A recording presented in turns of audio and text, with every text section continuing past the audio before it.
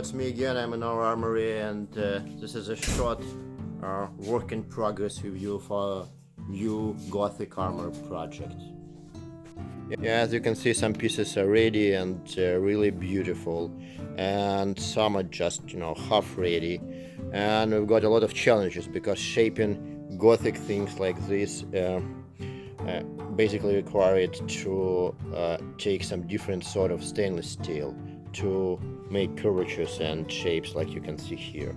But basically now we've managed how to make it, so I think you'll see the full picture soon of this new beautiful Gothic armor from ArmStreet.